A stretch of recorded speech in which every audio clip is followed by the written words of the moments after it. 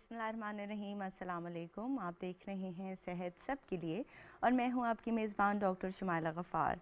नाजरीन, आज बहुत हफ़्तों के बाद आपसे मुलाकात हो रही है। Reason being I was abroad, I was taking my medical related exams. उम्मीद करती हूँ कि इस दौरान आपने अपना बहुत सारा ख्याल रखा होगा, हेल्दी ईटिंग की होगी, वॉक भी की होगी और अपना और अपने प्यारों का ढेर सारा ख्याल रखा होगा। प्रोग्राम का सिलसिला वहीं से दोबारा से स्टार्ट करते हैं जहाँ पर छोड़ कर गए थे। हम बात करेंगे अपने प्रोग्राम में आपकी सेहत के हवाले से। हमारे साथ प्रोग्राम में एज़ यूजुअल एक जानी मानी शख्सियत मौजूद हैं, मेजर जनरल अज़हर महमूद कियानी साहब, जो कि किसी भी तारुफ़ के मोहताज नहीं हैं।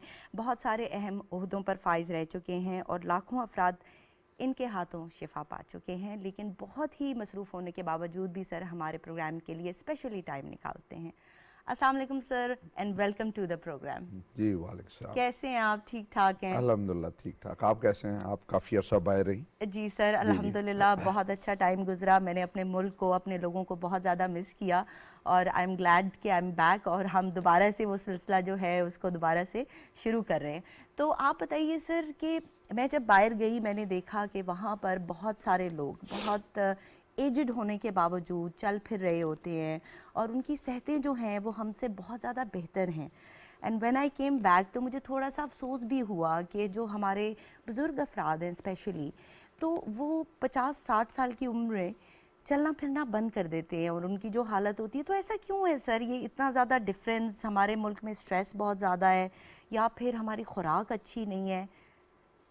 अच्छा, हमें शुरू से चलने की आदत नहीं होती। नॉर्मली देखिए, वहाँ पे जो भी बंदा है उसने अपना काम खुद करना है। सही। चाहे जवान है, मिडिल एजड है या बुज़ुर्ग हैं जिनकी उम्र ज़्यादा है, बल्कि वहाँ पे तो 80-90 तक लोग फिट रहते हैं। ऐसे अपने ही है। ग्रोसरी खुद, चीज़ें सामान जी। घर का ख़रीद के खुद लाते हैं, किचन का सामान ख़रीद के खुद लाते हैं और ख़ुद ही पकाते हैं, खुद ही रहते हैं, इंडिपेंडेंट होते हैं। उन्हें पता है कि मैंने अपना बेड खुद बनाना है, मैंने अपने घर की सफाई खुद करनी है, मैंने अपना जो लॉन है उसको मैंने खुद ठीक करना है, जो सामान घर का ख़रीद के लाना है, शॉपिंग करके खुद लानी है। और अपने आप को फिट रखते हैं ताकि सीढ़ियाँ भी चढ़ सके, उतर भी सके, नहा भी सके, वॉशरूम में हो तो वहाँ पे स्लिप भी ना हो और चोट भी ना लगे। जो ज़रूरत की चीज़ें हैं सारी सारी घर में मौजूद होनी चाहिए। और आपने देखा होगा कि वहाँ से जब निकलते हैं तो ये ऐसा नहीं है कि आप घर से बाहर निकले तो साथ ही दुकान है। बिल्कुल। जो दुकानें हैं वो ज़रा हट के हैं, जहाँ पे कम से कम उन्हें आई थिंक 15-20 मिनट या आधा घंटा चलना पड़ता है और आधा घंटा वापस आना पड़ता है और ये उनकी कंपल्सरी एक्सरसाइज हो जाती है। और दूसरा ये है कि मैंने देखा है कि वहाँ पे लोग, एक एक्सरसाइज उनकी आदत है, बिल्कुल। यानी वर्जिश उनकी आदत है। सुबह उठते हैं तो वर्जिश करते हैं, शाम को जाते हैं तो वर्जिश करते हैं। और कुछ लोग जिनको टाइम नहीं मिलता, हमारे जैसे अपने कोलीग्स से, डॉक्टर्स से, हमारे कंसल्टेंट्स, हम सीनियर जो हमारे टीचर्स थे वहाँ पे, और वो आते थे साइकिल पे आते थे। अच्छा। साइकिल पे आते थे तो हमारा जो कार्डियोलॉजी वार्ड था वो 8th फ्लोर पे था। साइकिल पे आना, आके अपने कपड़े चेंज करने और 8th फ्लोर लिफ्ट नहीं लेनी, 8वें फ्लोर तक, 8वीं मंजिल तक उन्होंने सीढ़ियाँ चढ़ के सीढ़ियाँ आना। चढ़ के और जाना। वो कहते थे कि यही एक रोज़ाना की एक्सरसाइज है जो हो सकती है। बाद में मुझे टाइम मिलता है या नहीं मिलता तो ये एक्सरसाइज है। तो जहाँ पे आपको टाइम मिले वो एक्सरसाइज वो शुरू हो जाए, उससे आपके जोड़ सारे फिट रहते हैं, उनकी मूवमेंट ठीक रहती हैं, आपके पिंडलियों के, आपके टांगों के मसल्स ठीक होते हैं, आपके हिप के मसल्स ठीक होते हैं। आप सीढ़ियाँ चढ़ते हैं, चढ़ाई चढ़ते हैं तो आपकी टांगों के मसल और कमर के मसल फिट होते हैं, आपको दर्दें नहीं होती और मसल वीक नहीं होते। तो ये एक्सरसाइज जो है ये बड़ी इंपॉर्टेंट है कि अपने हाथ से सारे काम करें। हमारा जब 40-50 साल का होता है तो कहता है जी उठना नहीं, जब हाथ पकड़ा है मैं आपको उठा के देता जी, हूँ, ऐसे मैं ही है। साथ लेके जाता हूँ। उसको बूढ़ा बना देते हैं। 50 साल तो जवानी शुरू होती है बिल्कुल। और उसमें से बंदा फिट होता है। और नॉर्मली जो WHO की जो डेफिनेशन है बूढ़े बंदे की, जवानी की जो डेफिनेशन है वो 75 साल तक है। अच्छा। 75 के बाद वो कहते हैं बुढ़ापा जी। आता है। तो 75 साल तक तो आपने जवानों की तरह बिहेव करना और फिट रहना है और उसी तरह अपने सारे काम करना है। और ये नहीं कहना जी ये आप ला के दे दो, ये ला के दे दो। मैं हमेशा, मेरे पास जो पेशेंट आता हो तो मैं कोशिश उन्हें कहता हूँ जी, जब कोशिश, चाहे ख्वातीन या जो मर्द हजरात हो, जो घुटने जो आप दे गए हैं, वज़न बढ़ गया है, कमर जो आप देगी है, तो मैंने कहा जी कि बात सुने, खबरदार किसी का हाथ पकड़ दे आपने सीट से उठे तो बिल्कुल। आपने खुद पकड़ के उठना है और वही आपकी एक्सरसाइज है। बिल्कुल। वही मसल आपके जो है वो तगड़े होंगे तो आप खुद उठ बैठ सकेंगे। एक दफ़ा किसी का हाथ पकड़ के उठने की आदत पड़ गई तो फिर आप दोबारा खुद नहीं उठ सकेंगे, हमेशा आपको सहारे की ज़रूरत होती है। सही। तो इसलिए बड़ा ज़रूरी है कि आप जो ये वाली वर्जिश है ये ज़रूर करें। घर के काम काज अपने हाथ से करें, सफाई अपने हाथ से करें। छोटी मोटी गार्डनिंग है, घर की चीज़ें उठा के आगे पीछे रखनी है, कोई सामान से बाहर से लेके आना है, वो अपने हाथ से रखें और यही आपकी वर्जिश होती है। बिल्कुल क्योंकि अगर सर आप अपने काम खुद करेंगे तो आपने बड़ा अच्छा कहा कि एक तो हमारे जो जोड़ हैं वो भी चलते फिरते रहेंगे और ब्लड सर्कुलेशन भी होती रहेगी और उसका जो है हार्ट पे भी बड़ा अच्छा इम्पैक्ट पड़ेगा। और जब आप एक्टिविटी करते हैं तो एंडोर्फिन्स रिलीज़ होते हैं और उनका आपकी ओवरऑल मेंटल हेल्थ पे भी बड़ा अच्छा असर होता है। और इसी तरह सर आपने बड़ी अच्छी बात की कि वहाँ पर बूढ़ा जो है उसकी डेफिनेशन कुछ और है और हमारे मुल्क में कुछ और है, कि यहाँ तक कहा जाता है कि आपने ये नहीं कहना वहाँ पर कि यू आर 75 ईयर्स ओल्ड। ठीक है, वो कहते हैं कि आपने ओल्ड का वर्ड उसके साथ लगाना ही नहीं 75 है। years young। बिल्कुल। तो ये हमारे एटीट्यूड्स हैं जिनको चेंज करने की ज़रूरत है, इसके साथ साथ खुराक को भी चेंज करने की ज़रूरत है। सर क्या आपको लगता है कि जो हमारी खुराक है वो खालिस नहीं है, हम लोग बहुत सारा ऐसा फूड कंज्यूम कर रहे हैं जो कि जंक है और हेल्दी नहीं है? देखिए अभी जितने भी प्रोसेस फूड है जो डब्बों में बंद हैं वो तो अनहेल्दी है। हमारे देखें ये मुल्क बड़ा अल्लाह ताला की बहुत बड़ी नेमत है जिसमें हर चीज़ फ्रेश मिलती है। इसमें सब्जियां फ्रेश मिलती हैं, आपको फ्रूट फ्रेश मिलते हैं। जो फ्रूट है उसका अरोमा, उसकी खुशबू जो है दुनिया कहीं में भी आपको ये खुशबू ऐसे नहीं मिलती। जी। और हम तो ये अल्लाह ताला की नेमतें हैं बहुत अच्छी और इनको एंजॉय करना चाहिए और अवेलेबल है ईजीली। आप चले जाएं मंडी में चले जाएं आप सुबह सवेरे तो हर तरह का फ्रूट भी नज़र आएगा और खुशबू भी आपको जो है वो वहाँ पे आप सूंघ सकेंगे इस फ्रूट की और सब्ज़ी की और आपको मज़ा आता है। ये चीज़ें जो है ये खालिस है। आपका फ्रूट, आपका सलाद, आपका सब्ज़ी ये खालिस है। जो चीज़ प्रोसेस हुई है, घी है, तेल है, ये ना खालिस होते हैं। इनका कोई पता नहीं इसमें क्या पड़ा हुआ है। तो हर वो तेल जो आपके सामने बना हुआ है, आपके घर बना हुआ है, आपके कोल्हू के सामने निकला हुआ है, वो खालिस है। बाकी का आपको कोई पता नहीं कि उसके सही। अंदर क्या पड़ा हुआ है। क्योंकि जहाँ पे हमारे यहाँ देखें ना सबसे बड़ा मुश्किल जो काम है वो क्वालिटी कंट्रोल है। हाँ। जब क्वालिटी कंट्रोल और चेक और मॉनिटरिंग नहीं है तो हर चीज़ में गड़बड़ होनी चाहिए। जहाँ पे चेक और क्वालिटी कंट्रोल हो हर चीज़ खालस हो जाती है। बाहर क्यों नहीं करता? बाहर सज़ाएं इतनी सख्त है, मिलावट की सज़ाएं इतनी सख्त है और जो जाली दवाइयों की आप सोच ही नहीं सकते कि बाहर कहीं कोई जाली दवाई यूरोप में या वेस्ट में कहीं बिक रही हो। वो इतनी बड़ी सज़ा है उसकी कि उस सलाखों के पीछे तकरीबन आप एक किस्म की उम्र कैद आपको हो जाती है। यहाँ पे ऐसी कोई चीज़ नहीं है और हमें हर चीज़ पे शक होता है। यस, जो बाज़ार से खुराक मिलती है, बाज़ार से जो ग़ज़ा मिलती है वो खालिस नहीं होती। ग़ज़ा वो जो आपके घर में पकी है, आपके सामने पकी है, उसके अज़ा आपने खुद डाले हुए हैं, वो खालिस है। सही। वो तेल या घी जिस खास जगह से आप लेके आए खालिस है, वो खालिस है। बाकी कोई पता नहीं, क्योंकि बाहर जो कुछ पक रहा है उसकी क्वालिटी का कोई पता नहीं। आप एक दफ़ा घर का खाना और एक दफ़ा किसी होटल का खाना देखें तो वो खाना 2 दिन हजम ही नहीं होता। आपको बोझलपन महसूस होता है, कोई बैठ गया जाके खाना नीचे हजम नहीं हो रहा। घर का खाना खाएंगे तो हल्का लाइट होगा और अपनी मर्जी की आप चीज़ें डालेंगे, थोड़ा तेल डालेंगे, थोड़े मसाले डालेंगे, जितनी ज़रूरत है उतनी डालेंगे। ये चीज़ें बड़ी इंपॉर्टेंट है। आपकी डाइट जो है उसमें देखें जो हमारे यहाँ जो बड़ी ज़रूरी चीज़ है ना ग़ज़ा में, दूध का होना, अंडे का होना, सब्जी का होना और फ्रूट का होना बहुत ज़रूरी है। गोश्त का होना इतना ज़रूरी नहीं है, हफ्ते में 3 दिन से ज़्यादा गोश्त। ठीक। और गोश्त भी छोटा, मुर्गी का, मछली का, स्पेशली जो दिल के मरीज़ है। जो बड़ा गोश्त है वो हम महीने में 1 दफ़ा या 2 महीने में 1 दफ़ा वो बना दें। सही। फ्राइड चीज़ें मिनिमम, तली चीज़ें हमारी मिनिमम होनी चाहिए। ग्रिल्ड चीज़ें ज़्यादा होनी चाहिए। या सब्ज़ी है तो वो अगर आपने स्टीम्ड है यानी वो बगैर तेल के किया हुआ तो वो बहुत ज़बरदस्त होंगे, बहुत अच्छी। इसी तरह जो पराठों का इस्तेमाल वो कम होना चाहिए। पराठे खाने चाहिए कभी कभार। हाँ, कभी आपने अगर एंजॉय करना है तो आप ज़रूर खा लें। हाँ, जो लोग मेहनती जो जिस्मानी काम करते हैं, मशक्क़त करते हैं, मजदूर लोग हैं, उनका दिन का पूरे जिस्म का काम है भागने दौड़ने वाला, यस वो सुबह एनर्जी के लिए और हज़म ज़रा थोड़ा सा टाइम लगे ताकि जल्दी भूख ना, वो कर सकते हैं। लेकिन आप हफ्ते में 1 दिन खा लें और उसके बाद अपनी एक्सरसाइज आधा घंटा डेली रखें तो वो आपके लिए बहुत अच्छे। और सर इसी तरह है, मैंने कल एक्चुअली एक ओरिजिनल शहद खाया and I was really surprised कि उसके टेस्ट में वाकई बहुत फ़र्क था जो कि जिस तरह कि आप हमेशा से कहते हैं कि घर की जो बनी हुई चीज़ें हैं उनमें ज़मीन आसमान का फ़र्क होता है और वो आपको पता चल जाता है खाकर। तो क्वालिटी कंट्रोल पर बहुत ज़्यादा काम आई थिंक होने की ज़रूरत है और हमारे एटीट्यूड्स चेंज होने की ज़रूरत है, क्योंकि हमने लाइफ को ईजी बनाते वक्त ये कर लिया है कि बहुत सारी चीज़ें हम बाहर से ऑर्डर कर रहे हैं, खाना भी हम लोग जो है वो रेस्टोरेंट्स का खा रहे हैं। तो अगर इन छोटी छोटी चीज़ों पर हम लोग एहतियात कर लें, थोड़ी सी तवज्जो दे दें, तो हमारा जो लाइफस्टाइल है अगर उसको चेंज कर लें तो बहुत सारी बीमारियां कम हो सकती हैं। क्योंकि देखा यही गया है कि अस्पताल के साथ इतनी ज़्यादा फार्मेसीज़ हैं और हर बंदा जवान है या बूढ़ा है वो दवाइयाँ खा रहा है। तो डॉक्टर्स तो मौजूद हैं, लेकिन being doctors we also want कि प्रिवेंशन पर पहले काम हो और फिर अगर किसी को बीमारी हो जाती है तो चलें दवाई भी इस्तेमाल की जा सकती है। तो बहुत अच्छा किया कि आपने बताया कि सादा खुराक जो है वो किस कदर इम्पॉर्टेंट है।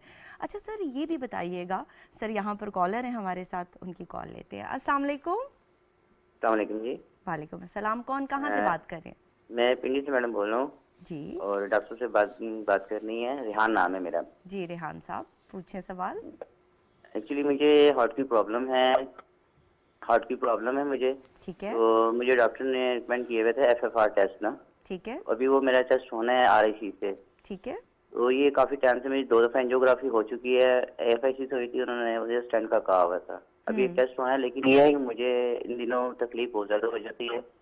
ठीक है। यानी कि चलता हूँ थोड़ा सी भी, यानी कि वॉक करता हूँ तो मुझे एक तो पेन होता है। दूसरे नंबर पे भी पिछले दिनों में 2-3 दफा मुझे जो है पेन बहुत शदीद हुआ कि मेरे लेफ्ट साइड जो है ना बाजू वो पूरा सुन हो गया और बिल्कुल यानी कि ठंडा।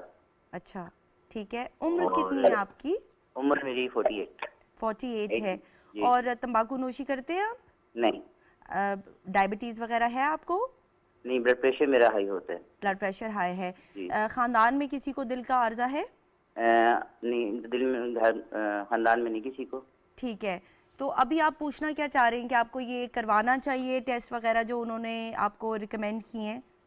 एक तो ये है टेस्ट का मैंने पूछना है कि ये करवाना चाहिए या नहीं, और दूसरे ये जो मुझे तकलीफ होती है एकदम, ये भी 3-4 दिन पहले भी मुझे इस तरह हुआ था कि एकदम मेरे यानी कि सिर में दर्द शुरू हुआ है, शोल्डर में आया है। उसके बाद चेस्ट में मुझे एकदम बहुत तेज हुई है। उसमें यह है कि मेरी ना जुबान भी लड़खड़ा गई थी। ठीक है। और साइड जो है ना मेरी लेफ्ट साइड वो यानी कि उसको क्या कहते हैं। और ये कितनी देर रहा था दर्द आपको? दर्द मुझे काफी देर तक रहा। मैंने इंजेक्शन ले ली थी उसी टाइम। आप तो ये डॉक्टर दर्द के पास मुझे- गए फिर या नहीं? ये मैं फिर बाद में हॉस्पिटल चला गया था, उन्होंने भी मुझे वहाँ पे ट्रीटमेंट किया था। मेडिसिन कौन लेकिन ये था कि वो मेरा दर्द आ रहा था और जा रहा था। तो ECG लेकिन में left क्या side आया मेरी- था जब आपने जाके ECG उनकी करवाया? ठीक नहीं आ रही थी उस टाइम। BP मेरा तकरीबन 180-120 जा रहा था। ठीक है। सर आप और कुछ पूछना मेडिसिन चाहेंगे? क्या-क्या ले? मेडिसिन कौन कौन सी ले रहे हैं आप? मेडिसिन उन्होंने मुझे डॉक्टर साहब ने दी हुई है। एक जो है इसकी दीनी नाम मेरे देन में नहीं है। कितने किस्म की मेडिसिन? कितनी किस्म की दवाइयाँ ले रहे हैं आप? 4 है। 4 हैं। ठीक है। एक ब्लड प्रेशर के लिए, एक ब्लड प्रेशर की है और 3 उसकी वो एक है। स्टैटिन दी हुई है आपको? जी कोलेस्ट्रॉल कम करने के लिए भी कोई जी दी है जी, आपको? वो भी दी हुई है। ठीक है। और ये एंजासाइड भी आप कह रहे हैं कि उन्होंने दिया आपको? एंजियोसेट भी मैं अपने पास रखता हूँ। उन्होंने कहा था ठीक है। कि ये अगर आपको इस तरह होता है तो आप फौरन रख लिया करें। ठीक है। बहुत शुक्रिया कॉल करने का। जी आपके सवाल का जवाब लेते हैं। जी सर। जी आई थिंक इनकी एंजियोग्राफी हुई और एंजियोग्राफी में उन्हें कोई बहुत ज़्यादा ब्लॉकेज नज़र नहीं आई, थोड़ी ब्लॉकेज नज़र आई बॉर्डर लाइन के 50-60% है या 60-70% है, और उस पर उन्होंने दवाइयाँ लिख के दी। लेकिन ये सिम्टम्स बता रहे हैं कि नहीं चलने से सिम्टम। तो FFR एक टेस्ट होता है जो एक फिजियोलॉजिकल टेस्ट है जो देखता है कि जो ब्लॉकेज है वो इतनी सिग्निफिकेंट है कि उसको स्टेंट डालना चाहिए कि नहीं डालना चाहिए। रिकमेंड किए हैं? हाँ, वो रिकमेंड किया। तो उसमें से अगर तो आ जाए कि जी कि नहीं इतनी सिग्निफिकेंट नहीं है, यानी ब्लॉकेज ज़्यादा नहीं और स्टेंट की ज़रूरत नहीं है, तो फिर दवाइयाँ ही जारी रखें। ठीक है। इनके जो सिम्टम्स हैं ये जो बता रहे हैं, ये मुझे कोई हार्ट वाले वो सिम्टम्स नहीं लगते। अच्छा। हो सकता है कि FFR उन्होंने एडवाइस कर दिया हो कि इनका शक निकालने के लिए, क्योंकि इतने इनके फ्रीक्वेंट विजिट्स हैं और इतना ये अस्पताल जाते हैं या इनको सिम्टम्स इतने होते हैं अस्पताल में जाते हैं, तो उन्होंने कहा चलो फिर भी हम शक निकाल लेते हैं, FFR कर लेते हैं। तो उन्हें FFR करवा लेना चाहिए। लेकिन ये जो मुझे बता रहे हैं कि हाथ सुन हो जाता है, जुबान लड़खड़ा जाती है, इसका दिल के साथ कोई ताल्लुक नहीं। ये एंग्जाइटी के साथ ताल्लुक है, ठीक है। परेशानी के साथ ताल्लुक है। जब आपको होता है कोई भी पेन होता है, आप समझते हैं कि दिल की तकलीफ है और आप परेशान हो जाते हैं, और उसमें से फिर कोई बात नहीं, आई थिंक उसमें आप अगर ज़रूरत पड़े तो एंजियोस्टोमी की दवाई ले लिया करें, और कोई ना कोई एंग्जाइटी के लिए दवाई ले। मेरा ख्याल है कि आप कोई बात नहीं, FFR की आप अपॉइंटमेंट ले लें, जो भी अपॉइंटमेंट मिलती है FFR करवा लें। अगर उसमें कोई चीज़ आती है तो स्टंट डल जाएगा, अगर नहीं आता, लगता है कि ये मामूली सा ब्लॉकेज है और उसे स्टंट की नहीं ज़रूरत है, तो आपके लिए बड़ी अच्छी बात है, उसे छोड़ दें और अपनी दवाइयाँ जारी रखें, और कोई फिक्र करने वाली कोई बात हाँ, नहीं। ये अगर थोड़े लेट भी हो जाए परेशान- टेस्ट तो कोई फिक्र जी, करने वाली कोई बात परेशान नहीं। लग रहे हैं, जी तो हाँ, उस जी हाँ। वजह से भी शायद साइकोलॉजिकली भी इनको ज़्यादा फील हो रहा है कि वो ज़ुबान भी इनकी जो जी। है वो हो रही है, लड़खड़ा रही है, और हाथ में भी इनको दर्द फील हो रहा है। तो अच्छा है, बेहतर है कि अगर टेस्ट करवा लेते हैं तो उससे पता चल जाएगा कि कोई मसला है। और बहुत सारे, जिस तरह कि हम बताते हैं कि बहुत सारे लोग दवाइयों पर भी बहुत अच्छे चल रहे होते देखिए, हैं, ये उनको वाली कोई प्रॉब्लम नहीं कुछ आती। बीमारी ऐसी होती है, जिस तरह इंसाफ की बीमारी है, कि जो इतनी ज़्यादा नहीं होती, सही। और जब हम उन्हें बता देते हैं जी कि आपकी ब्लॉकेज है और थोड़ी ब्लॉकेज है, तो वो ब्लॉकेज उनके जेहन में घुस जाती है, थोड़ी नहीं घुसती, जी, अच्छा।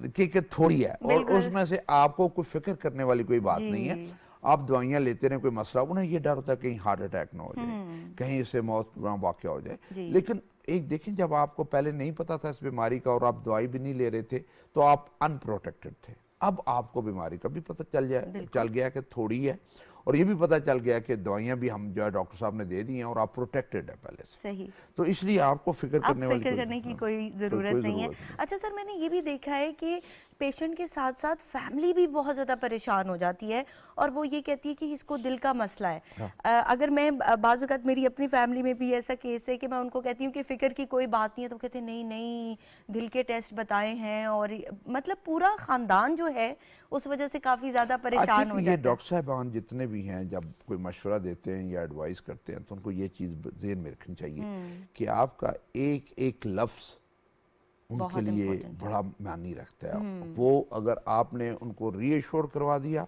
ज़्यादा मसला नहीं है, उनको तसल्ली दे दी, तो उसका बहुत अच्छा असर होगा। सही। और अगर आपने कहीं ज़्यादा ज़रूरत से ज़्यादा डरा दिया, तो मरीज़ के लिए उसका नेगेटिव इफेक्ट होगा, सही। वो अपाज हो जाएगा ज़हनी तौर पे, बिल्कुल ऐसे ही है और सर। वो अपने काम का सारे छोड़ देगा। मैं तो दिल का मरीज हो गया, घर वाले कहेंगे दिल का मरीज हो गया, काम करूं या ना करूं, नौकरी करूं या ना करूं, सबसे पहले नौकरी छोड़ दूं।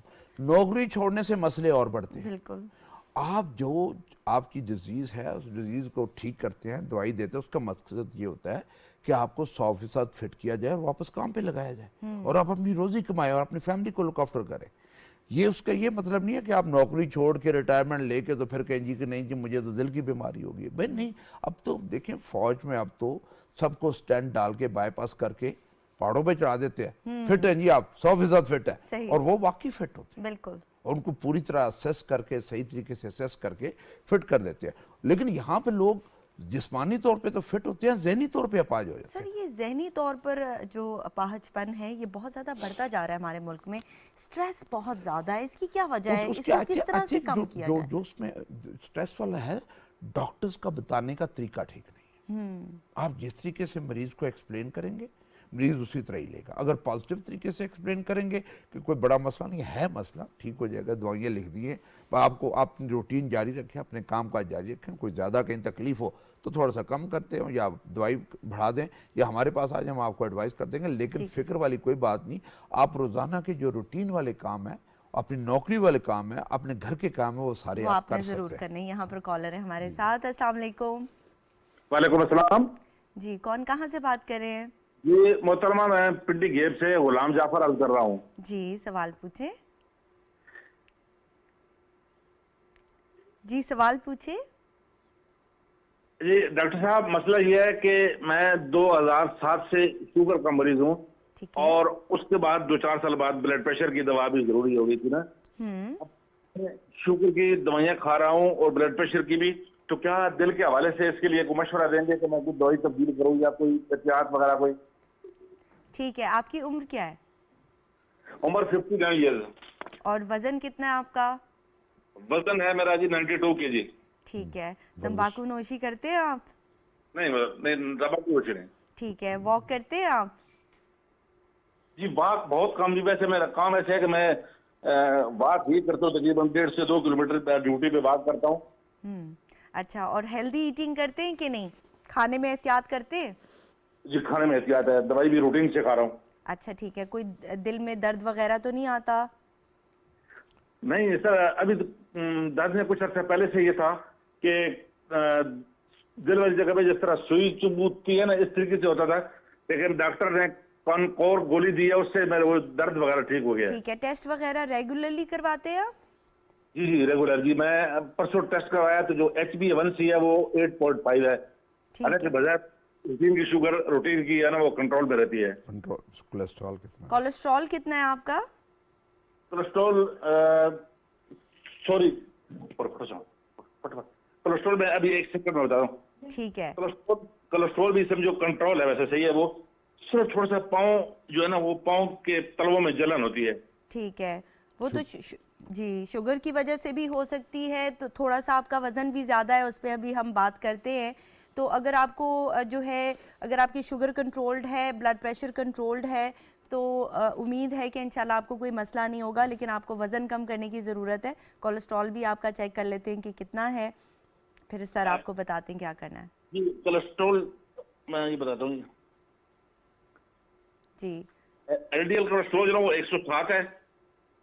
और आपका कितना है? LDL 107 है और HDL जो है वो 36 है। ठीक है। Total cholesterol? टोटल कोलेस्ट्रॉल कितना है आपका? टोटल कोलेस्ट्रॉल लिपिड ट्राइग्लिसराइड्स कितने हैं आपके? 4 रेशियो जो है ना वो 4.8 लगा हुआ है। 4.8। चलो ठीक है। ठीक है, बहुत शुक्रिया कॉल करने का। आपके सवाल का जवाब लेते हैं। जी सर। हाँ, आई थिंक सवाल इनका बहुत अच्छा था कि शुगर है इतने सालों से, और मेरी इतनी शुगर, वो HbA1c जो 3 महीने का कंट्रोल होता है वो 8.5 है, जो कि बहुत ज़्यादा है। बहुत ज़्यादा है जी। 7 से कम 6.5 के करीब होना चाहिए। दैट मीन्स कि इनके पिछले 3 महीने की जो शुगर है उसका कंट्रोल ठीक नहीं ठीक नहीं है। और इस शुगर कंट्रोल के साथ आपको दिल की बीमारी होने के चांसेस काफ़ी होते हैं, आपको फॉलेज होने के चांसेस होते हैं, आपका मोतिया या कैटरेक्ट जो है आंखों में वो जल्दी आ जाता है, आपके गुर्दे फेल होने के चांसेस ज़्यादा होते हैं, आपकी टांग की नालियां जो उनके बंद होने के चांस होते हैं, और आपके पाँव और टांगें सुन्न होनी शुरू हो होती रही है। हैं न्यूरोपैथी इनकी। जो है वो आपकी न्यूरोपैथी शुरू हो चुकी जाती है। है। तो सबसे पहला काम आपने ये करना है कि अपनी शुगर का टाइट कंट्रोल करना है, यानी कि आपका जो 3 महीने का जो HbA1c है वो 7 से कम होना चाहिए, और सुबह की शुगर 110 से ऊपर ना हो, फास्टिंग बगैर खाए पिए, और शाम वाली खाने से 160 से ऊपर ना हो। ये शुगर लेवल अगर आप मेंटेन करेंगे तो आपके जो सुन्न होने वाला ये काफ़ी हद तक बेहतर हो जाएगा। जो कोलेस्ट्रॉल इन्होंने बताया वो भी ज़्यादा है इनका। LDL इनका कोलेस्ट्रॉल 160 है, जो कि हम चाहते हैं कि 100 से कम हो या कम से कम 70 से कम हो। सही। और ये इनका काफ़ी ज़्यादा है। उसमें से अब जो बड़ी इंपॉर्टेंट चीज़ है इनके लिए कि शुगर कंट्रोल करना, वज़न कंट्रोल करना, वज़न को कम करना, और रोज़ाना कम से कम आधा घंटा वॉक भी नहीं कर रही है। बिल्कुल। वर्जिश जो है बहुत, उससे शुगर भी इनकी ठीक कंट्रोल होगी, वज़न भी नीचे आएगा, कोलेस्ट्रॉल भी नीचे। देखिए वॉक के बड़े फ़ायदे हैं। बिल्कुल। आप जिस्मानी तौर पे फिट होते हैं, आपका जिस्म जो है चुस्त हो जाता है, आपकी शुगर ठीक होती है, आपका ब्लड प्रेशर ठीक होता है, और दिल की नालियाँ खुलती है। तो वॉक जो मुफ्त का काम है वो कोई भी नहीं करना चाहता। फार्मेसी से दवाइयाँ लेना चाहते हैं, पैसे देकर टेस्ट करवाना चाहते हैं, सब हाँ कुछ, जी। लेकिन जो मुफ्त का काम है वॉक है वो कोई नहीं करना चाहता। बिल्कुल। हाँ, जहाँ पे पैसे नहीं लगते। हमारे एक साइकी है कि पैसे से ही सब कुछ, जो काम पैसे दे के किया वो अच्छा काम होता है। बिल्कुल। जो खुद करना होता है वॉक वो नहीं। ये भी वॉक शुरू कर दें, आधा घंटा डेली वॉक करना शुरू कर दें। शुगर कंट्रोल करें, इनकी शुगर और उसके कंट्रोल करने से कोलेस्ट्रॉल भी ठीक हो जाएगा, और दिल की जो नालियाँ हैं उनके बंद होने के चांसेस कम हो जाएंगे। लेकिन क्योंकि इन्हें शुगर है और अनकंट्रोल्ड है, तो इन्हें दिल के टेस्ट करवाने बहुत ज़रूरी है। ठीक है। और उसमें जो ETT जो स्ट्रेस टेस्ट है, मशीन के ऊपर सही। चलने वाला टेस्ट, वो साल में 1 दफ़ा होना बहुत ज़रूरी है। अगर नॉर्मल है तो 1 दफ़ा करवा लेगा, एब नॉर्मल है तो फिर वो डॉक्टर साहब के मशवरे से 3 या 6 महीने के बाद कराना है वो करवा लें। एको का टेस्ट जो कि अल्ट्रासाउंड हार्ट का, जो कि बताता है कि दिल फंक्शन सही कर रहा है, पहले से कोई हार्ट अटैक तो नहीं हुआ, डैमेज तो नहीं हुआ, पैदाइशी तौर पे कोई दिल की बीमारी तो नहीं है, कोई वैल्व बंद या लीक तो नहीं हो रहा, वो सारी उसमें पता चलती हैं, वो ज़रूर हो जाने चाहिए।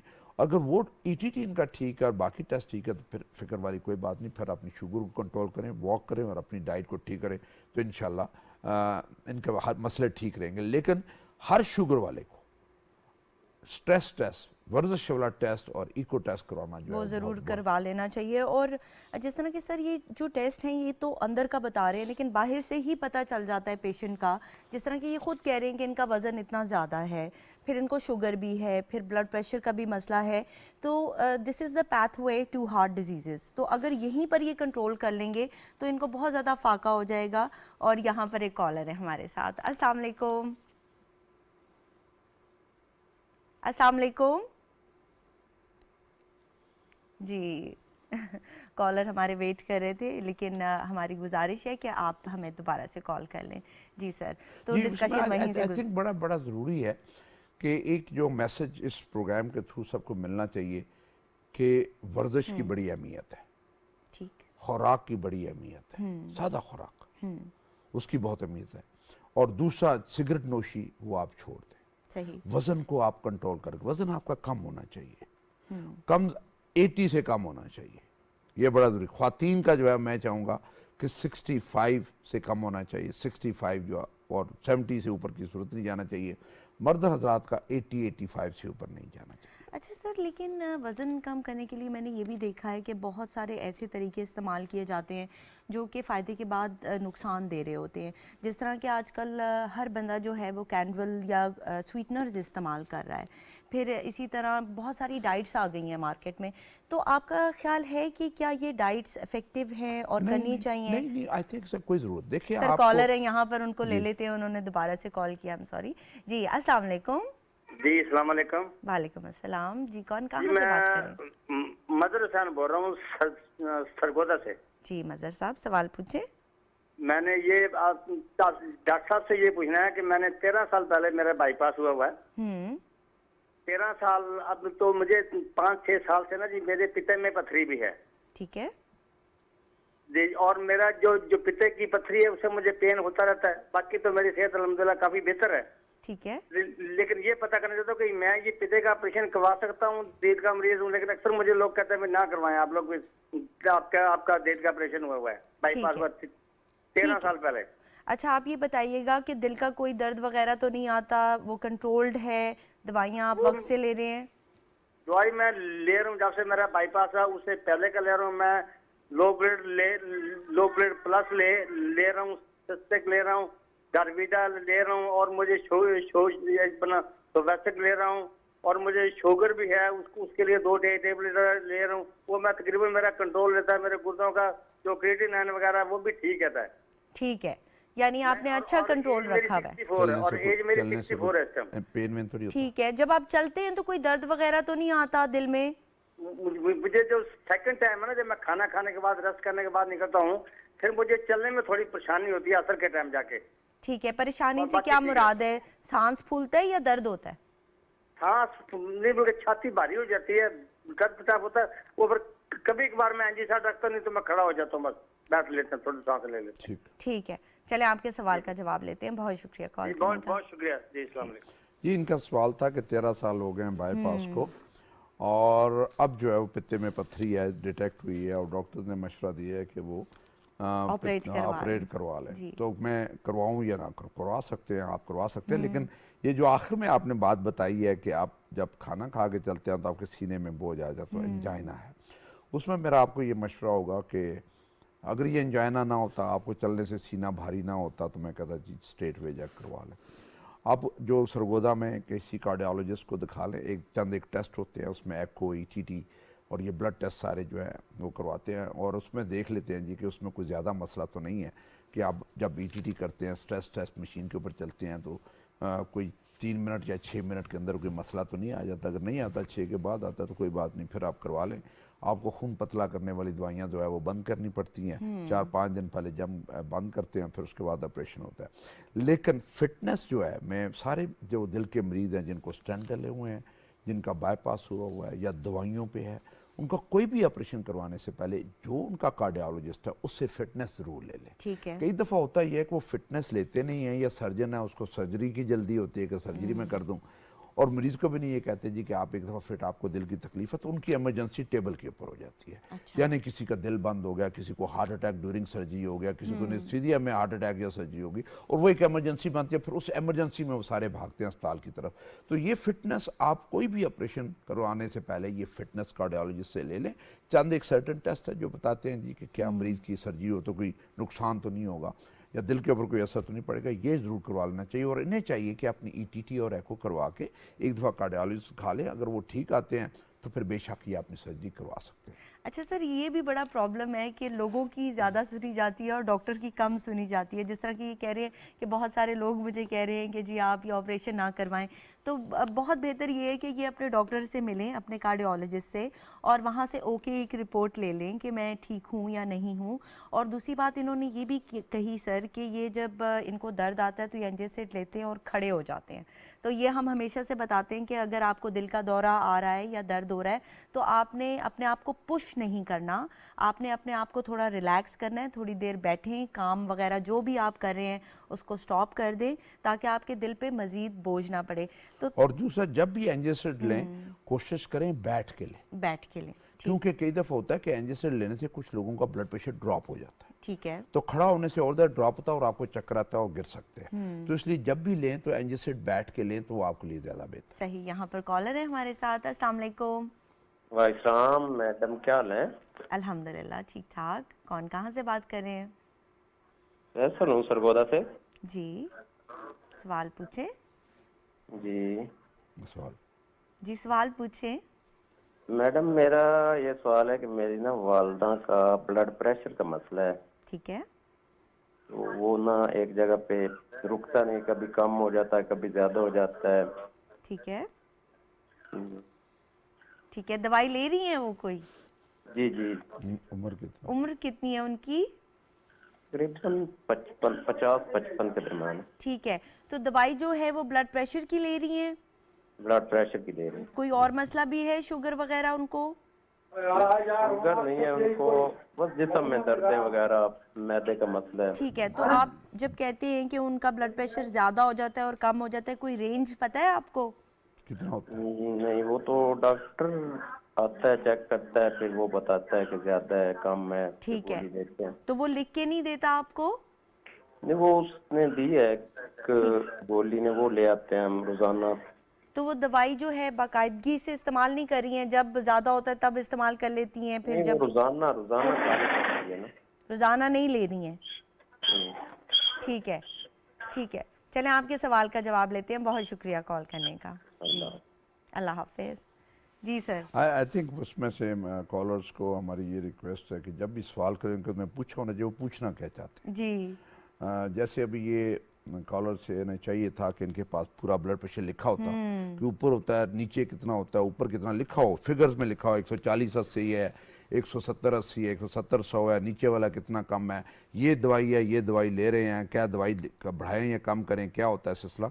इस तरह जो अगर आपको अपने सवाल का भी नहीं पता कि जो सवाल पूछें तो फिर बाकी जो कॉलर उनका भी टाइम ज़ाया होता है और प्रोग्राम का भी टाइम ज़ाया होता है। तो इनको कोई पता नहीं था इन्होंने पूछना क्या है। इन्हें अपने डॉक्टर से जब भी आप चेक करवाएं चाहिए डॉक्टर साहब को कहें जी ब्लड प्रेशर लिख दे, आज का लिख दे, और इन्हें बता दें हम कि इनका जो ब्लड प्रेशर नॉर्मल है वो 190/60 नीचे वाला और 140/90 ऊपर वाला, इसके दरमियान जहाँ भी ब्लड प्रेशर चक्कर लगाए वो नॉर्मल होता है। सही। तो अगर इनका ब्लड प्रेशर इस रेंज में रहता तो फिर तो नॉर्मल है, कुछ परेशानी वाली बात नहीं है। लेकिन अगर कोई ब्लड प्रेशर वाली दवाई ले रही हैं तो ब्रो जिनसे भी चेक करवाएं हमेशा उन्हें ये ना कहें लो या हाई है, उन्हें कहें तारीख लिख दें, आज की तारीख में लिख दें कि आज इनका ब्लड प्रेशर कितना है। सर, ये जिस तरह कि मैं बार बार कहती हूँ कि रवैये चेंज होने की ज़रूरत है। कुछ हम अपनी तरफ से कोशिश करें कि लोगों को एजुकेट करें, और यही होता है सर। इवन हॉस्पिटल्स में भी जो हमारा स्टाफ होता है वो पेशेंट को कहता है आपका ब्लड प्रेशर ठीक है, वो ये नहीं बताता कि जी ज़्यादा है या कम है, सिर्फ ये कह देते हैं कि ठीक है। तो ठीक की क्या डेफिनेशन है?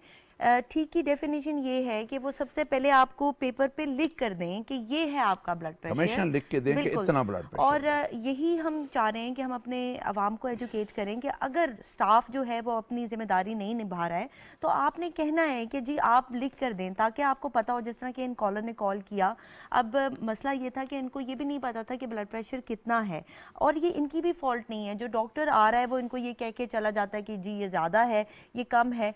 तो एज अ कॉम हमें बहुत सारी चीज़ों पे वर्क करने की ज़रूरत है, और मैं यहाँ पर ख़ुद भी जिम्मेदारी लेती हूँ बीइंग अ डॉक्टर कि हम में भी बहुत सारी शॉर्टफॉल्स हैं, तो उस पर वर्क करने की नहीं, आप बहुत ज़रूरत है। सारे डॉक्टर साहबान के जो नुस्खा देखे ना, तो उनके नुस्खे पे उन्होंने ब्लड प्रेशर चेक किया था, लिखा हुआ नहीं होता लिखा हुआ नहीं कि है। कितना ब्लड प्रेशर। हर डॉक्टर का फर्ज बनता है कि जो नुस्खा लिखे उसके ऊपर ब्लड प्रेशर नोट करके वो फिगर्स में लिखें कि इतना ब्लड प्रेशर, बिल्कुल। ताकि जिसके पास और डॉक्टर के पास भी जाते हैं या इमरजेंसी में जाते हैं तो पता चले कि लास्ट टाइम जब डॉक्टर साहब को दिखाया था तो इस मरीज का इतना ब्लड प्रेशर था और आज इतना ब्लड प्रेशर आज है। इतना तो है। उसने उसी हिसाब से मैनेज करना है कि क्या वाकई जो है वो ब्लड प्रेशर खराब है जिसको ठीक करने की जरूरत है कि नहीं है। ये बड़ा जरूरी है। यहाँ पर कॉलर है हमारे साथ। अस्सलाम वालेकुम।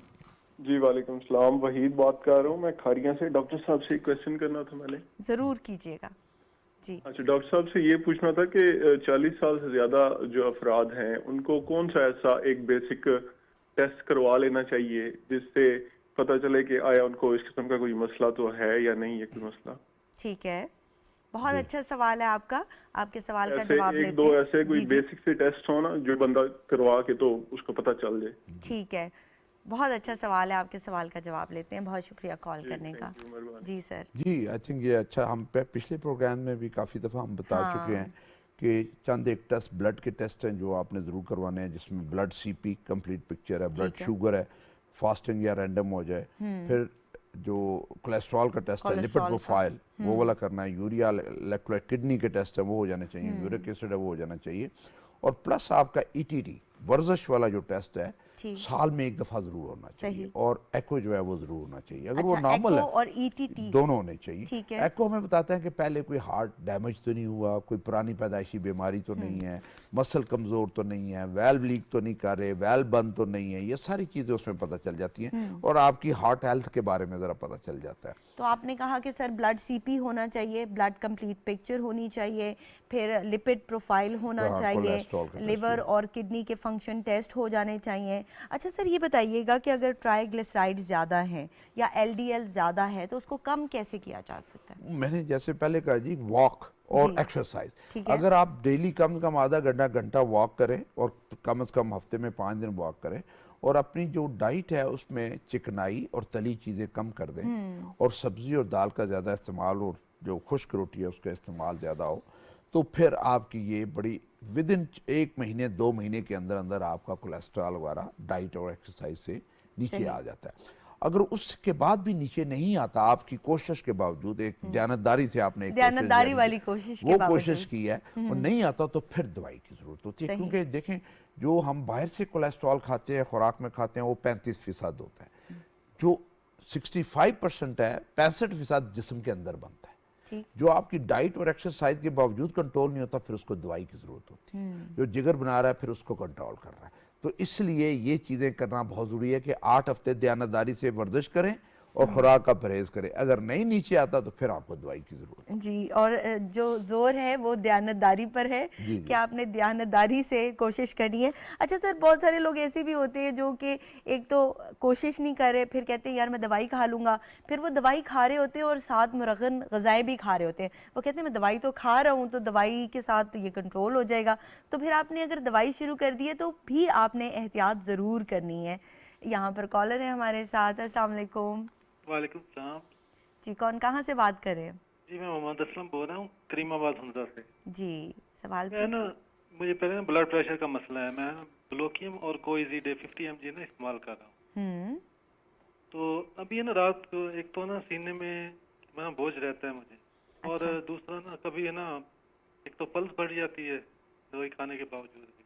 क्या पड़ जाती है? पल्स पल्स बढ़ जाती है। अच्छा, ठीक। और हार्ट बीट ना ज्यादा हो जाती है। ठीक है, और मैदे का भी मसला ना अभी मसला 2-3 महीने से ना रेगुलर रह रहा है। ठीक है। अच्छा ये बताइएगा कि उम्र कितनी है आपकी? 38 ईयर्स। ठीक है, बाकी टेस्ट वगैरह हुए हैं आपके, सब ठीक है? जी ब्लड प्रेशर ज्यादा आता है अभी भी। ठीक है, कोई हफ्ता पहले ना चेक करवाया था। तो जो आप दवाई खा रहे हैं उससे ब्लड प्रेशर कंट्रोल है आपका? आता हूँ तो कंट्रोल रहता है, लेकिन फिर भी है ना जी, हफ्ते में 2 हफ्ते में ना दिल की है ना धड़कन बढ़ जाती है। दिल की धड़कन बढ़ जाती वजन है, ज्यादा तो ठीक है। वजन ज्यादा तो नहीं है? नहीं वजन ज्यादा नहीं। ठीक है। थायराइड के टेस्ट हुए हैं आपके? थायराइड कोई 1.5 साल पहले करवाए थे, ठीक थे? कोई 2 साल पहले करवाए थे। अच्छा, दूसरा ये बताइएगा, कोई स्ट्रेस एंजाइटी तो नहीं है, परेशानी? बस कभी कभी सर में दर्द, ये मामूली रहता है। ठीक है। तंबाकू नोशी करते हैं आप? नहीं, अच्छा, ठीक है, चलें। लेकिन घुटनों में है ना जी, जोड़ों में है ना पेन। पैदल चलते हैं, एक्सरसाइज करते हैं, पैदल फिर चलते हैं chest आप, pain तो नहीं एक्सरसाइज होता। वगैरह करते हैं? जी पैदल चलते हैं। तो उससे कोई दर्द तो नहीं आता दिल में? नहीं उससे नहीं आता, बस चाय कॉफी का इस्तेमाल तो नहीं ज्यादा करते? चाय तो इस्तेमाल करते हैं दिन में 2-3 बार। अच्छा, ठीक है। आपने खुद कुछ नोटिस किया है कि किस वजह से आपकी ये पल्स ज्यादा हो जाती है? कभी परेशानी हो, चाय ज्यादा पी हो, नींद की कमी हो? नहीं नींद तो ठीक है, जब खाने के बाद है ना ज्यादा बढ़ती खाना ज्यादा तो नहीं खा लेते आप? है। नहीं ज्यादा भी नहीं, रूटीन में ही खाते हैं, लेकिन जब जैसे खाना खाते हैं तो। ठीक ठीक है, बहुत शुक्रिया कॉल करने का, आपके सवाल का जवाब लेते हैं। जी सर। जी, आई थिंक इनको ब्लड प्रेशर है और 2 गोलियां ले रहे हैं, ब्लॉकियम भी और कोएजिडे ले रहे हैं। और नहीं होता ये कहते हैं रात को मुझे कुछ सीने में बोझ और दर्द होता है, वैसे चलने पे नहीं होता, वज़न ज़्यादा नहीं है, स्मोकर नहीं है, और दिल की धड़कन तेज़ होती है। हालांकि ये ब्लॉकियम जो है, ये जो दवाई ले रहे हैं, ये ब्लड प्रेशर के लिए भी है और दिल की धड़कन भी कंट्रोल करती है। अच्छा, तो ये मेरा ख्याल है इन्हें जो दिल की धड़कन का कहते हैं, ये एक किस्म की इनकी महसूस ऐसे करते हैं, सब्जेक्टिव फीलिंग है कि घबराहट होती है, दिल की धड़कन तेज़ होती है। लेकिन क्योंकि अभी एज इनकी 38 है और ब्लड प्रेशर वाला इशू है और ये इस तरह के सिम्टम्स आने शुरू हो गए हैं, तो इसलिए बेहतर है कि ये अपना टेस्ट जरूर टेस्ट करवाएं। करवा जी लें। जी, वॉक अपनी आधा घंटा डेली की रखें और उसमें ईटीटी यानी स्ट्रेस टेस्ट, जो चलने वाला वर्जिश वाला टेस्ट है, एको और जो बाकी ब्लड टेस्ट है वो सारे करवा के हमें हफ्ते के बाद, अगर हफ्ता या 2 हफ्ते के बाद जब इनके टेस्ट की रिपोर्ट आ जाए, वर्जिश वाला टेस्ट, इको वाला और ब्लड टेस्ट की जब रिपोर्ट आ जाए, फिर हमें दोबारा कॉल करें। बिल्कुल। और अगर वो टेस्ट ठीक आ जाते हैं, इनका जो वर्जिश वाला टेस्ट ईटीटी नॉर्मल आ जाता है, तो फिर इन्हें फिक्र करने वाली कोई बात नहीं। ये 2 दवाइयाँ अच्छी हैं, आप ले रहे हैं कोएजिडे और ब्लॉकियम, इससे ब्लड प्रेशर भी कंट्रोल होता है, दिल की बीमारी भी कंट्रोल होती है। हमने आगे से ये देखना है कि ये ब्लड प्रेशर तो आपको था है, कहीं दिल की नालियाँ बंद तो नहीं है। तो ये जो टेस्ट आपको बताएं, इन टेस्टों से आपको पता चल जाएगा कि कोई उस तरह का मसला तो नहीं है। सही। अच्छा, हम बात कर रहे थे सर ट्राइग्लिसराइड्स की और एलडीएल की, और हमने कहा कि वॉक करने से कंट्रोल हो सकता है, इसी तरह खुराक का भी बड़ा रोल है। सर मेरे एक पेशेंट थे जिन्होंने कहा कि उन्होंने ग्रेप फ्रूट जूस, जिसे चकोतरा कहा जाता है, वो इस्तेमाल किया, कुछ अरसे के लिए उसका जूस पिया, तो उससे उनके जो कोलेस्ट्रॉल लेवल्स हैं वो बहुत बेहतर हो गए, बिल्कुल नॉर्मल पर चले गए। तो क्या वाकई ऐसा पॉसिबल है सर? देखिए, जितने भी फ्रूट हैं और जितनी भी सब्जियां हैं, इनका तो बहुत अच्छा इफेक्ट है हार्ट के सही। ऊपर। आपके जो है सारे टेस्ट है वो ठीक हो जाते हैं और आप साथ उसके वर्जिश होती है। आप उसकी जगह पे चिकनाई खाना बंद कर दें, गोश्त खाना, सब्जी और फ्रूट ज़्यादा कर दें, तो आपका जो है सारी चीज़ें ठीक हो। लेकिन इसका ये मतलब नहीं है चकोतरा खाने से आपका ट्राइग्लिसराइड ठीक हो जाएगा। सही सही। उसमें एंटीऑक्सीडेंट्स होते हैं, बाकी चीज़ें होती हैं, मिनरल्स होते हैं, लेकिन जो आपका जो ठीक होगा वो चिकनाई ना खाने से, वजन कम करने से और एक्सरसाइज से वो ठीक होगा। सही। इसका फ्रूट का अपना एक अच्छा इफेक्ट है, अच्छा रोल है, एंटीऑक्सीडेंट्स है, फ़ायदा हमेशा बहुत ज़्यादा होता है। लेकिन जो एक्चुअल है, जो टेस्ट वो जो कंट्रोल होते हैं, वजन कम करने से और खुराक ठीक करने से और वर्जिश करने से। और सर चकोतरे का भी यही कहा जाता है कि एक तो ये सिट्रिक फ्रूट है, तो उस वजह से ये चिकनाई को काटता है, और दूसरा जो है इससे वेट लॉस भी होता है। तो उसका मेरे ख्याल से कंबाइंड जो इफेक्ट आता है वो यही होता है कि डेफिनेटली अगर आपका वेट लॉस हो रहा है किसी भी तरीके से, को काटती एक ही चीज़ है, आपकी वर्जिश और आपका वजन कम करना और आपका खाना। ठीक। चिकनाई वाला खाना ना खाना। हाँ, चकोतरा खा के आप सब कुछ खा के चकोतरा खा के कहेंगे कि चिकनाई कर जाएगी, ऐसा नहीं होता। यानी एक कंबाइंड इफेक्ट होना यस, वो चाहिए। कंबाइंड इफेक्ट बिल्कुल, होता है जी, सही। कि आप खुराक में भी कंट्रोल करें, वर्जिश भी करें, वॉक भी करें और अपनी सब्जी और फ्रूट का ज्यादा इस्तेमाल करें। सही, तो उससे जो है वो डेफिनेटली आपको फायदा होगा। और उसके बाद आपने दवाई पर जाना है, तो पहले अपनी कोशिश जो है देखिए, अपनी जारी हमारी रखनी है। कोशिश ये होती है, मरीज की कोशिश ये होती है कि आप अपनी ये सारी चीजें, ब्लड टेस्ट, वजन, ये कंट्रोल करें डाइट से और एक्सरसाइज के साथ। दवाई मजबूरी है फिर ठीक है। उसके बाद अगर नहीं कंट्रोल होता तो फिर दवाई मजबूरी है। फिर जब दवाई आपने लेनी है तो फिर बाकायदे से कोशिश करें कि दवाई से बचें।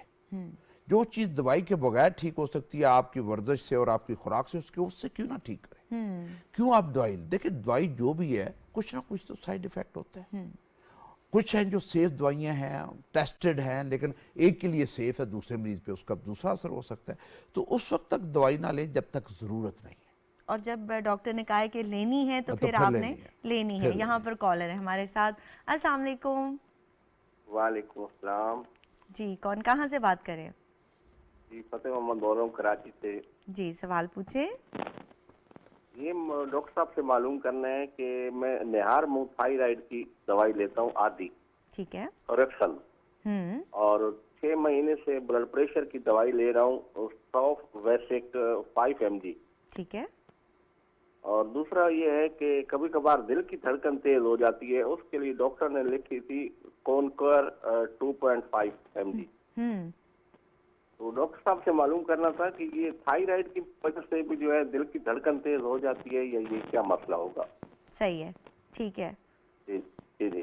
ठीक है। और दिल का वगैरह कोई दर्द वगैरह तो नहीं आ रहा? सब ठीक नहीं, है। कोई दर्द नहीं, कोई कुछ नहीं है। वो ईसीजी कई दफा करवाई है, डॉक्टर बोलते हैं। और ये जो दिल की धड़कन तेज होती है ये किस वक्त होती है? कुछ महसूस किया आपने खाना खाने के बाद, सुबह उठते वक्त, खाने रात के को बाद सोते? जो है ना, वो मैदे में भी बोझ तो बन जाते हैं, मैदे में ना, उसके ठीक है। बाद ही होती है। खाना ज्यादा तो नहीं खाते आप? नहीं, खाना ज्यादा तो नहीं खा लेते? जी जी, नहीं, ज्यादा नहीं। ठीक है। वजन कितना है आपका? वजन तो काफी टाइम हो गया जी, किया नहीं है। ठीक है। वैसे आप देखने में जिसामत कैसी है? हाँ, थोड़ा सा मोटापा है, लेकिन कोलेस्ट्रॉल क्लियर है। कोलेस्ट्रॉल का भी करवाया टेस्ट, वो क्लियर है। ठीक है। और तंबाकू नोशी वगैरह करते हैं? नहीं, कोई कुछ भी नहीं करता, बस थायराइड का 4-5 साल से मसला है।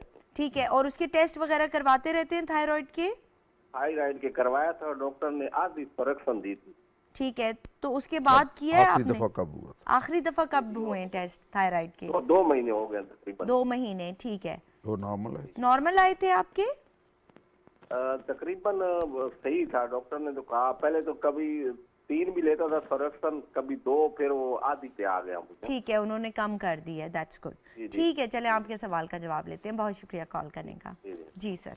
जी, इनको आई थिंक ले रहे हैं, ब्लड प्रेशर है नहीं, कॉनकर और सॉफ वेस्क ले रहे हैं, और साथ थायराइड का इशू है, हाइपोथायराइड का, उसके लिए थायरैक्सिन ले रहे हैं, और दिल की धड़कन तेज़ होती है।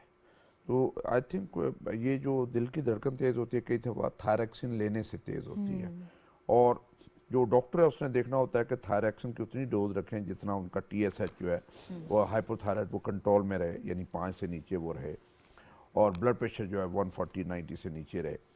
और कई दफ़ा होता है ये कि ना थायरैक्सिन का कसूर होता है ना किसी और का होता है, कई दफ़ा एंग्जाइटी होती है, और एंग्जाइटी होती है। इनमें मुझे ज़्यादा एंग्जाइटी लग रही है। पहले 3 गोलियां लेते थे थायरैक्सिन, फिर 2 कर दिया, अब आधी कर दी।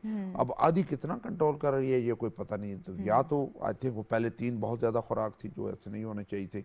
इन्हें चाहिए कि थायराइड वाले मसले को तो सही तरीके से लुक आफ्टर करें, और आप ऑलरेडी कॉनकर 2.5 ले रहे हैं और आपकी वो दिल को धड़कन को कंट्रोल करती है। सॉफ्ट वेस्ट जब ब्लड प्रेशर के लिए कई दफ़ा उससे भी धड़कन थोड़ी सी तेज़ होती है, वो आप कॉनकर ले रहे हैं उससे कंट्रोल होती है। लेकिन अगर आपकी धड़कन दिल की जो है वो 90 से ऊपर रहती है, नब्ज़ जो आपकी है वो 90 पर मिनट जो है उससे ज़्यादा ऊपर रहती है, तो आप कॉनकर की जो डोज है वो बढ़ा सकते हैं, यानी 2.5 के बजाय 2.5 मिलीग्राम जो है वो ले सकते हैं। सही। उससे धड़कन कंट्रोल हो जाती है। लेकिन एक दफ़ा आपके थायराइड के सही टेस्ट और आपके हार्ट वाले सारे टेस्ट हो जाने चाहिए, कि हो सकता है कि ब्लड प्रेशर है, थायराइड का भी इशू है, कोई हार्ट का मसला ना चल रहा हो, तो ETT, एको और आपके जो बाकी ब्लड टेस्ट है, कोलेस्ट्रॉल, शुगर, किडनी के टेस्ट, ये सारे हो जाने चाहिए, ताकि एक दफ़ा से आपकी पूरी स्क्रीनिंग हो जाए। और अगर वो सारे टेस्ट ठीक है तो देख लेंगे कहीं एंग्जाइटी कोई ऐसा बड़ा मसला नहीं है, लेकिन कोई परेशान आप ज़्यादा तो नहीं है, या स्ट्रेस ज़्यादा तो नहीं लेते,